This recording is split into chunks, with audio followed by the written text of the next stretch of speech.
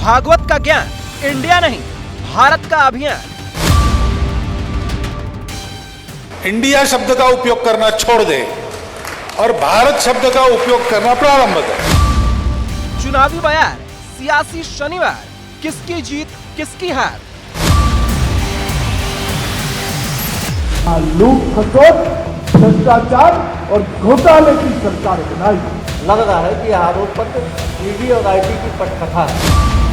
अब राजस्थान में चीरहरण, चुनाव से पहले राजनीति कर। महिलाएं राजस्थान में कहीं सुरक्षित दिखाई नहीं देती। मराठा आरक्षण के नाम महाराष्ट्र का महासंग्राम।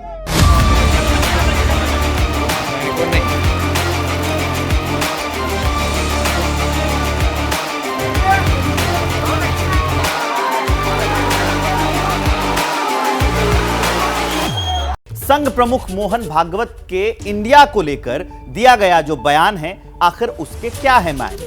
क्यों मोहन भागवत ने कहा कि देश को इंडिया नहीं बल्कि भारत कहने की आदत डालनी चाहिए? दूसरी जो बड़ी खबर है उसमें बात होगी सियासी शनिवार की। मध्य प्रदेश से छत्तीसगढ़ और राजस्थान में आज सियासी तीर छोड़े गए। रायपुर में शाहबर से तो सवाई माधोपुर में नड्डा ने कांग्रेस पर तीखा हमला बोल दिया।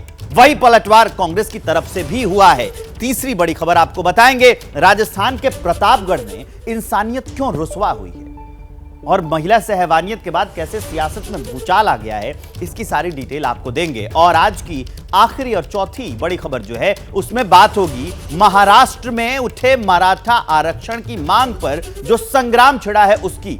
हर खबर के लिए हमारे साथ चप्पे चप्पे पर रिपोर्टर भी तैनात होंगे। मोहन भागवत के बयान के क्या है मायने, ये जानेंगे हम अभिषेक उपाध्याय से। चुनावी राज्यों में वार पलटवार को लेकर हम बात करेंगे ब्रजेश राजपूत से। कैसे मध्य प्रदेश से छत्तीसगढ़ और राजस्थान में सियासी बयार बह रही है, ये सब कुछ जानेंगे। राजस्थान में महिला सहवानियत के बाद जो सियासत गर्मा गई है, इस पर बात करेंगे मनीष शर्मा से। और मराठा आरक्षण को लेकर आज जालना में क्या हालात हैं, अब तक क्या अपडेट है, क्या क्या हुआ, ये हम जानेंगे कृष्णा ठाकुर से। और इस वक्त की बड़ी खबर से शुरुआत कर लेते हैं जो आ रही है महाराष्ट्र के जालना से। महाराष्ट्र के जालना में फिर हिंसा भड़की है। प्रदर्शनकारियों ने गाड़ियों में आग लगा दी। आगजनी पथराव के बाद एक्शन में पुलिस है। मराठा आरक्षण को लेकर प्रदर्शन हो रहा है। ये वहीं की तस्वीरें देखिए, जालना की तस्वीरें देखिए। मराठा आरक्षण को लेकर जो प्रदर्शन हो रहा है उसकी तस्वीरें देखिए। जो आगजनी मचाई है प्रदर्शनकारियों ने उसकी तस्वीरें देखिए। जो हिंसा हुई है वहां जालना में उसकी तस्वीरें हम आपको दिखा रहे हैं। हालात कितने भयावह, कितने भयंकर, कितने खतरनाक, कितने विस्फोटक। आगजनी दिख रही है, धुएं का गुबार आपको आसमान में दिख रहा होगा। जहां तहां आग जो जली हुई है उसकी तस्वीर दिखा रहे हैं आपको। तीन तस्वीरें देखिए, कैसे पत्थर पड़े हुए हैं। यहां पर पुलिस ने मोर्चा संभाला, उसके बाद कई पुलिसकर्मी इसमें घायल भी हुए हैं। जालना में जो आगजनी हुई, प्रदर्शनकारियों ने जो पत्थरबाजी की उसकी तस्वीरें देख लीजिए। पुलिस प्रदर्शनकारियों में जो झड़प हुई है उसकी तस्वीरें भी आप देख लीजिए। इन तीनों तस्वीरों को आप देखिए, इस शोरगुल को आप सुनिए और ये महसूस करिए, इसका अंदाजा लगाइए, सोचिए कि ये कितनी खतरनाक हिंसा भड़की हुई है। महाराष्ट्र में मराठा आरक्षण की मांग को लेकर हालात कितने गंभीर है, ये हम आपको दिखा रहे हैं।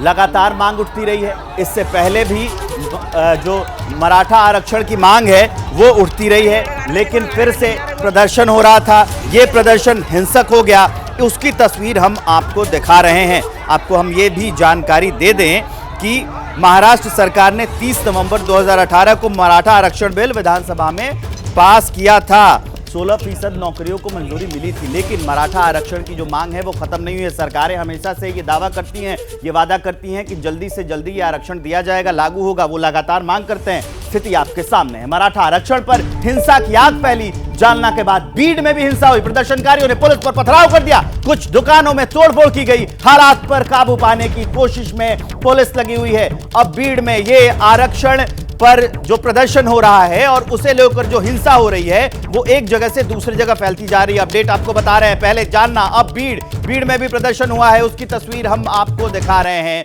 बीड़ में कैसे हिंसा भड़की है, हालात कैसे खराब हो गए हैं, उसकी तस्वीर हम आपको दिखा रहे हैं। मामला वही, मुद्दा वही, मांग वही, मराठा आरक्षण उस पर हिंसा जो फैली है, जालना के बाद बीड़ में हिंसा हो रही है, प्रदर्शनकारियों ने पुलिस पर पथराव किया है, दुकानों में तोड़फोड़ की गई है, उसकी तस्वीर देख लीजिए। एक बार आप कैसी वहां की आवाजें हैं वो शोरगुल सुन लीजिए, फिर आगे की बात मैं आपको बताता हूं।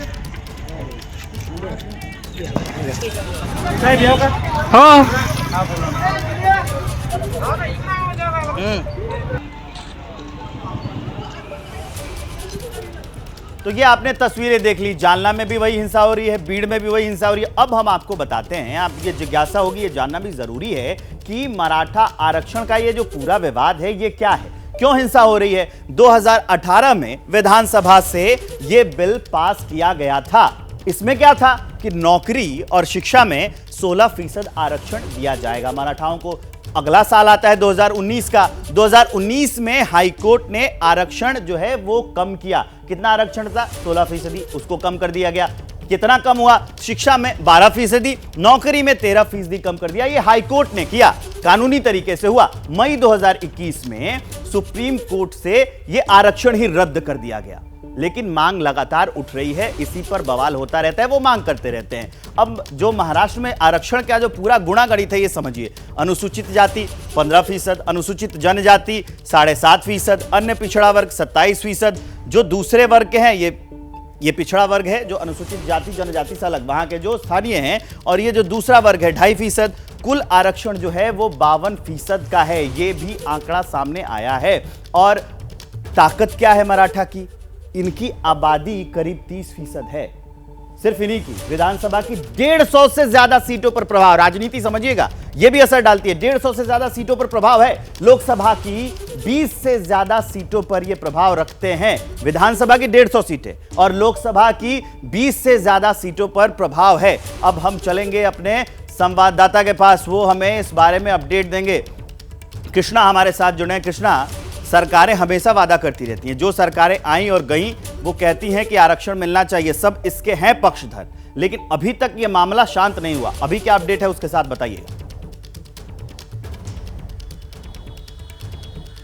देखिए, कल जालना में हिंसा भड़कने के बाद महाराष्ट्र के अलग अलग जिलों में लगातार इसी तरीके से घटनाएं सामने आ रही है, जहां पर पुलिस और प्रदर्शनकारियों के बीच में झड़प देखने मिल रही है। और कल से ही लगातार पत्थर जो है वो फेंके जा रहे हैं एक दूसरे के ऊपर। कई गाड़ियों को जो है आग लगा दिया गया है। और इसीलिए जो एसटी महामंडल है उसने जो बस के यातायात पे भी रोक लगा दिया है।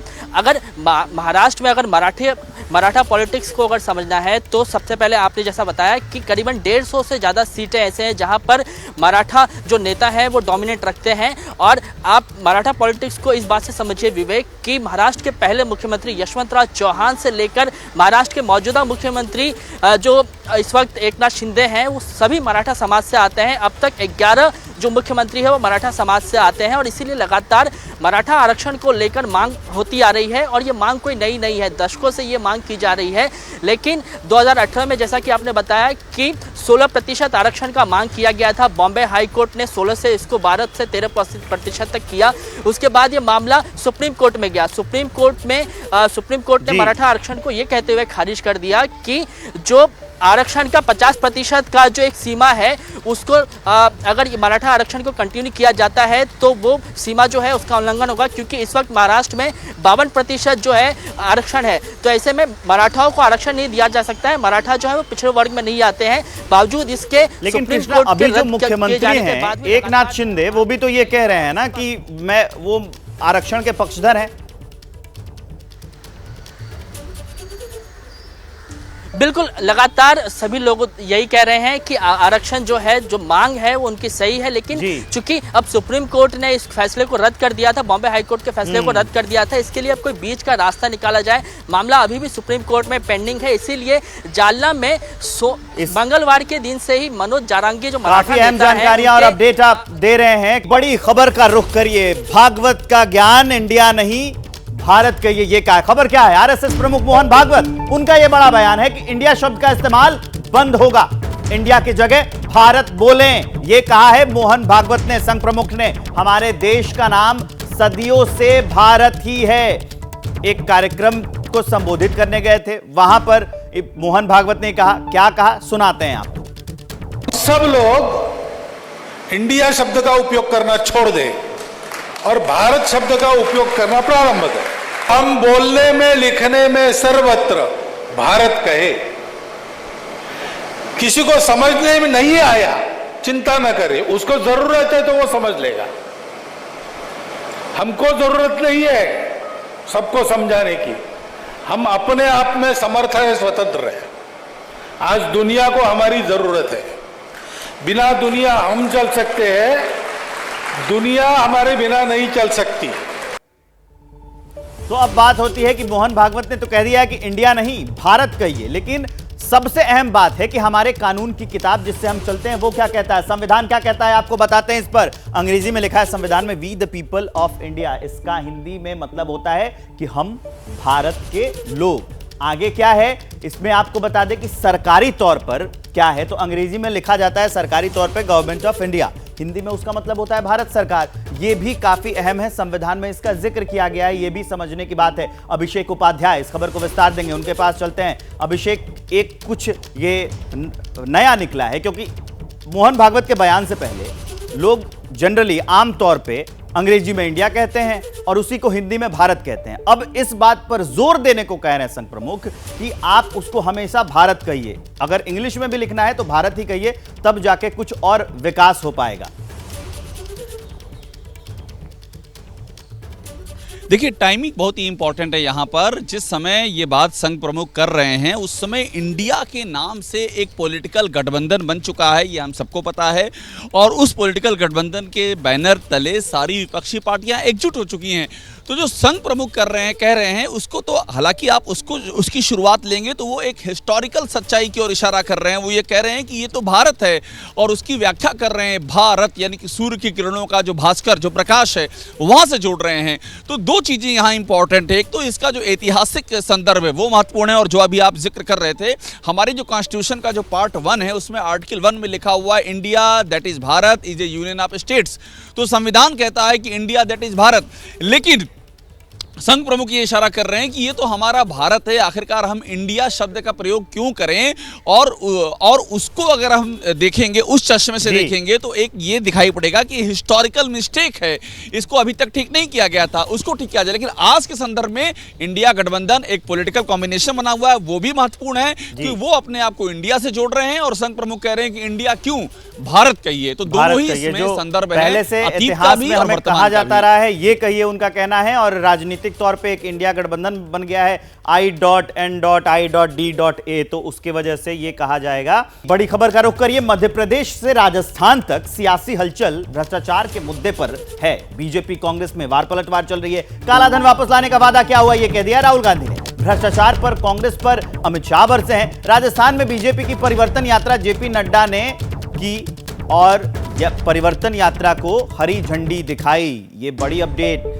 सियासत, चुनाव होने वाले हैं, 24 के चुनाव भी बस आने ही वाले हैं। चुनावी राज्यों में लगातार दौरे हो रहे हैं। रायपुर में अमित शाह भी थे, रायपुर में राहुल गांधी भी थे। 5 तस्वीरें हम आपको दिखा रहे हैं, वो तस्वीरें देख लीजिए। रायपुर में कांग्रेस पर अमित शाह जब पहुंचे तो भ्रष्टाचार का आरोप लगाकर जमकर बरसे। रायपुर में जब राहुल गांधी ने बीजेपी पर तीखा हमला बोला, और मध्य प्रदेश में बीजेपी ने जन आशीर्वाद यात्रा के रथों को रवाना किया, तो वहीं इस पर कांग्रेस ने निशाना साधा। 5वीं तस्वीर जो आप देख रहे हैं वो बीजेपी के मिशन राजस्थान की है, जिसके तहत आज जेपी नड्डा सवाई माधोपुर पहुंचे और कांग्रेस पर जमकर बरसे। ये पूरी सियासी हलचल है। छत्तीसगढ़ के रायपुर में पहले गृह मंत्री अमित शाह ने कांग्रेस पर भ्रष्टाचार के आरोप लगाते हुए तीखा हमला बोला, तो वहीं कांग्रेस सांसद राहुल गांधी ने रायपुर में ही युवा संवाद कार्यक्रम में बीजेपी पर पलटवार किया है। दोनों आपको सुनाते हैं। 18 से जो यहां सरकार बन गई, वो सरकार ने देश के प्रधानमंत्री नरेंद्र मोदी जी का साथ देने की जगह यहां लूट खसोट, भ्रष्टाचार और घोटाले की सरकार बनाई, जिसके कारण छत्तीसगढ़ का विकास, आज छत्तीसगढ़ के विकास के मार्ग पर एक सवालिया निशान लगा।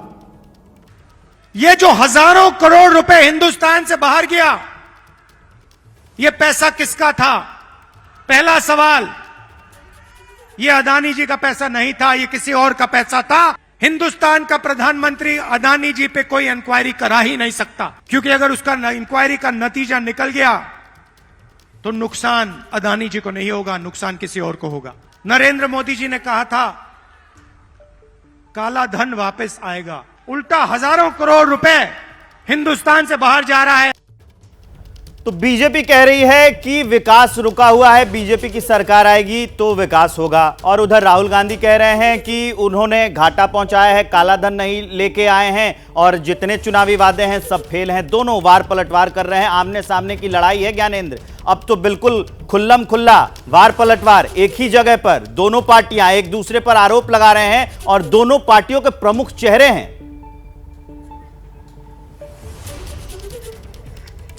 विवेक, देखिए आज शनिवार जो है, शनिवार के दिन छत्तीसगढ़ की राजधानी रायपुर में गजब का माहौल था और अमित शाह आज वैसे तो दो हफ्ते में यहाँ पहुँच जा रहे हैं, लेकिन आज जब वो पहुँचे थे और आज उन्होंने जो बोला है, लगातार छापे पड़ रहे हैं छत्तीसगढ़ में, आपको याद होगा, लेकिन आज उन्होंने ये बोला है कि ये जो कांग्रेस पार्टी है और ये जो हमारे यहाँ गुजरात में एक कहावत है कि ये जहर हैं और जहर को टेस्ट नहीं किया जा सकता, इसलिए बीजेपी को आप बीजेपी की सरकार बनाइए। और उन्होंने पूरे मतलब कुल मिला के जितनी बात उन्होंने कही है भ्रष्टाचार पर केंद्रित कर दिया है। कांग्रेस की मौजूदा छत्तीसगढ़ सरकार को उन्होंने ये कह दिया कि ये भ्रष्टाचार करने वाली सरकार है और इसलिए इस भ्रष्ट सरकार को हटाना है। और राहुल गांधी जब पहुंचे, लगभग 12 बजे बोल के खत्म होते हैं, गृह मंत्री अमित शाह अपना भाषण खत्म करते हैं और लगभग 2 बजे बोलते हैं राहुल गांधी, 3:30 बजे वो खत्म करते हैं।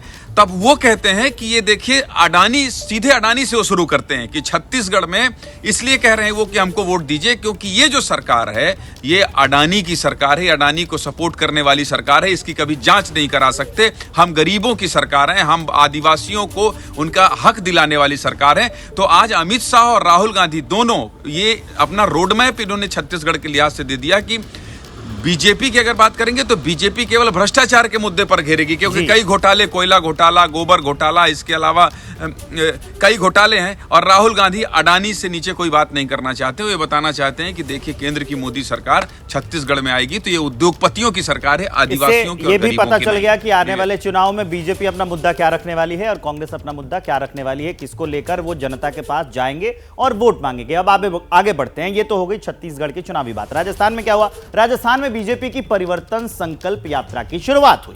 इस दौरान कार्यक्रम के मंच से बीजेपी अध्यक्ष जेपी नड्डा ने कांग्रेस पर तीखा हमला बोला। सुनाते हैं एक बार आपको। जब किसी पार्टी के द्वारा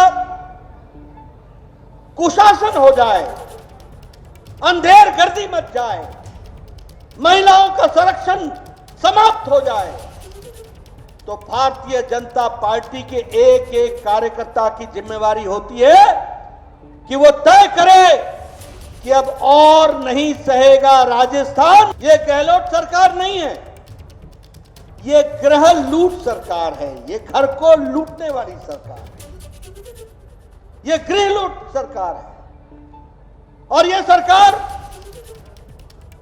भ्रष्टाचार करके दिल्ली के आकाओं को खुश करने का काम करे। मोदी रहेंगे तो परिवारवाद नहीं रहेगा, मोदी होंगे तो जो सोनिया अपने राहुल की चिंता कर रही है, launch, relaunch and relaunch and relaunch.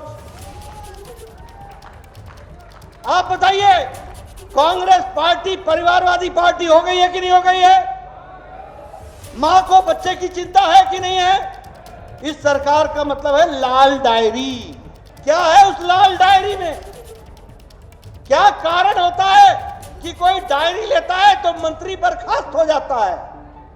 मित्रों, राजस्थान की जनता को सीख लेनी चाहिए कि जो इस लाल डायरी का बचाव कर रहा है, आने वाले चुनाव में उसको बर्खास्त कर देना है। इस बात का हमको संकल्प लेना।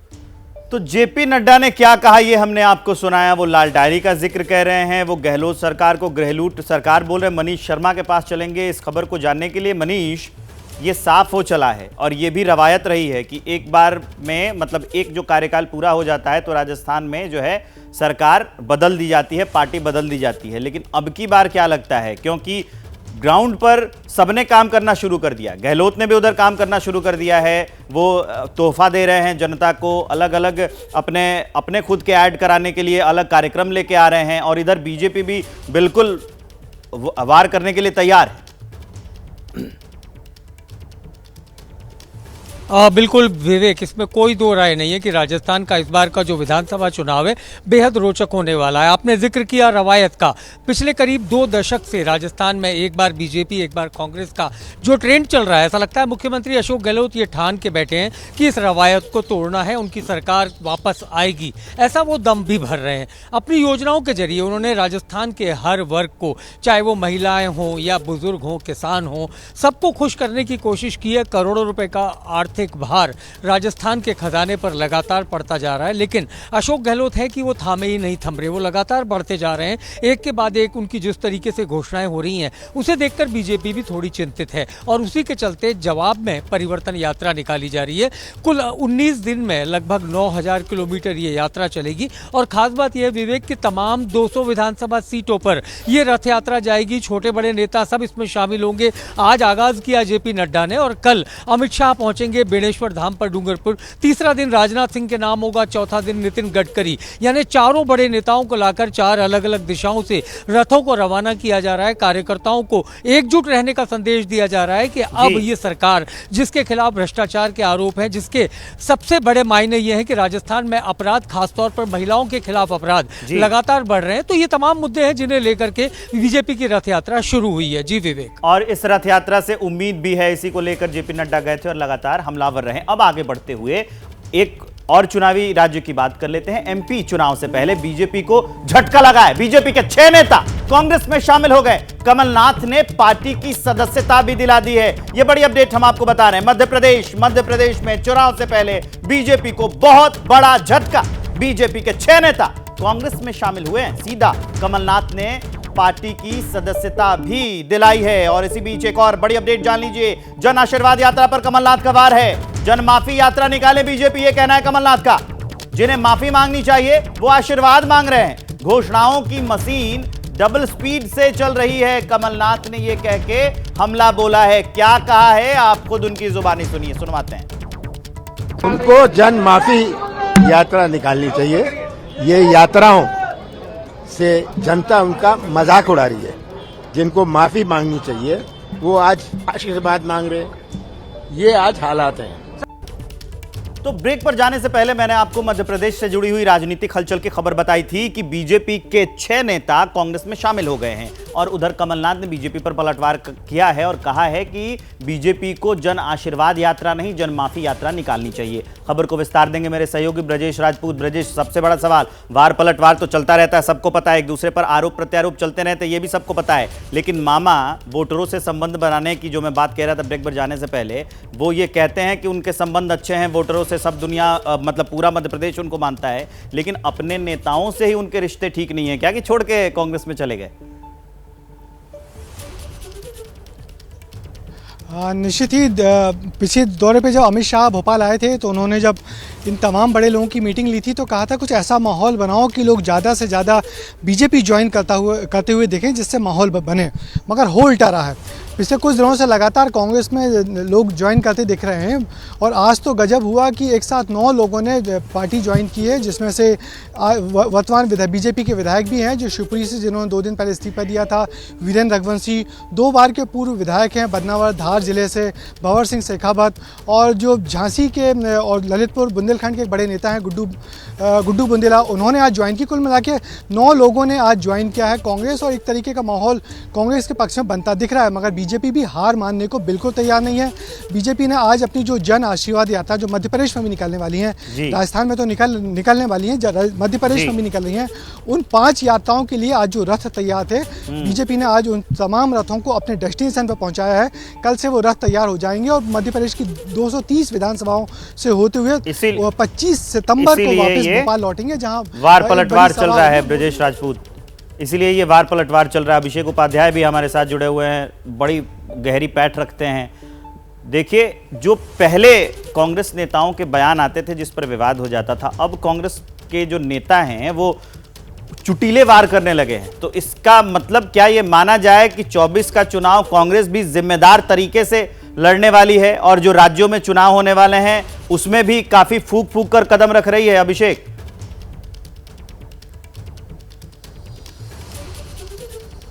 बिल्कुल, देखिए, जहां तक आप बात कर रहे हैं इस पूरे मसले में, मध्य प्रदेश की आप बात कर रहे हैं, उसमें एक बड़ी अहम बात यह है कि कमलनाथ जिस तरह से वहाँ इलेक्शन को आगे बढ़ा रहे हैं वो बहुत ही सोची समझी रणनीति मांगनी जा रही है।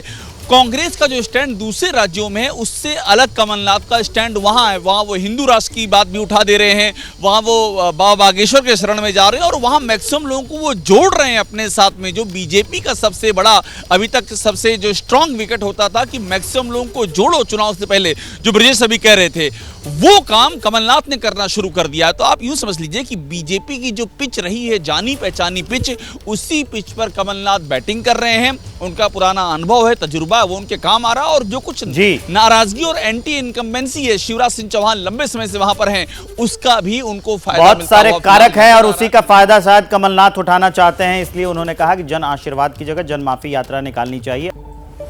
राजस्थान के प्रतापगढ़ से एक बड़ी अपडेट जान लीजिए। पीड़िता के परिजनों से मिले हैं सीएम अशोक गहलोत।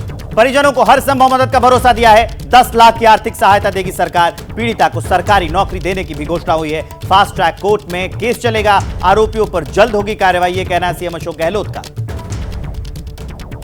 और रात को ही जो मेन मुलजिम थे उनको अरेस्ट किया है, 3 लोगों को। सुबह और अरेस्ट हो गए, कुल 10 अरेस्ट हो चुके हैं। और भी कोई मुलजिम होगा, नाम आएगा उसका, उस पर कार्रवाई की जाएगी और सख्त कार्रवाई करेंगे। क्योंकि ऐसी घटना, अमानवीय घटना का, आप एक महिला के साथ में जो इस रूप में उसको निरस्त किया गया, आप सोच सकते हो कि इससे बड़ी घिनौनी घटना क्या हो सकती है। तो अशोक गहलोत ने यह कहा है कि कार्रवाई की जाएगी, लेकिन आप ये देख लीजिए कि राजस्थान में महिलाओं के खिलाफ अपराध कितने होते हैं। 2019 का साल था, वहां पर जो आंकड़ा बताता है कि 41,550 महिलाओं के साथ अपराध किए गए। अगला आइएगा 2020 में। 2020 में भी ये आंकड़ा और बढ़ता गया घटने की बजाय। राजस्थान में चुनाव होने वाले हैं और प्रतापगढ़ में महिला के साथ हुई दरिंदगी के मामले में अब सियासी तूल शुरू हो गई, सियासी तूल पकड़ने लगा है ये पूरा मामला। बीजेपी गहलोत सरकार पर चौतरफा वार कर रही है। महिला के साथ दरिंदगी पर आसमान पकड़ती सियासत, वो आपको दिखाते हैं, नेताओं के बयान आपको सुनाते हैं। एक तरफ जहां महिलाओं के प्रति जिस तरह का अत्याचार हुए, और एक नहीं, 2 नहीं, लगातार 2 लाख से ज्यादा इस तरह की घटनाएं हुई। राजस्थान जो सांस्कृतिक राजधानी देश की था, वो रेप कैपिटल बना। राजस्थान के अंदर हम बार बार कह रहे हैं कि जो मणिपुर जैसी घटनाएं, वैसी तो अनेकों घटनाएं यहाँ पर होती है, घिनौनी हरकतें होती है, लेकिन मानने को तैयार नहीं। 6,500 दुष्कर्म होते हैं राजस्थान के अंदर। हर रोज 17 महिलाओं के साथ बलात्कार होता है राजस्थान के अंदर, लेकिन राजस्थान के मुख्यमंत्री आंख पे पट्टी डाल के बैठे हुए हैं। राजस्थान में जिस तरह से महिलाओं पे अत्याचार लगातार बढ़ रहा है, लेकिन उस पर रोक भी ये कांग्रेस की सरकार नहीं कर रही। लगातार 50% क्राइम बढ़ा है। इन 4-5 सालों में 50% क्राइम बढ़ा है। और बहुत शर्म की बात है कि राजस्थान आज रेप कैपिटल है पूरे देश का। प्रतापगढ़ जिले की दरियाव तहसील में पहाड़ा ग्राम पंचायत के निचला कोटा फला की जो घटना सामने आई है, वो निश्चित रूप से पूरे राजस्थान को शर्मसार करने वाली घटना है। और एक के बाद एक ऐसी घटनाएं राजस्थान में हो रही है, चाहे दुष्कर्म की हो, चाहे महिला अत्याचार की हो। महिलाएं राजस्थान में कहीं सुरक्षित दिखाई नहीं देती। ये दरिंदगी चीख चीख कर कह रही है कि अशोक गहलोत जी, आपकी पूरी निष्ठा सियासत में और कुर्सी बचाने में है, लेकिन किसी अबला की असमत कैसे बचे, ये आपका कमिटमेंट और आपका समर्पण, आपकी निष्ठा कभी नहीं दिखी।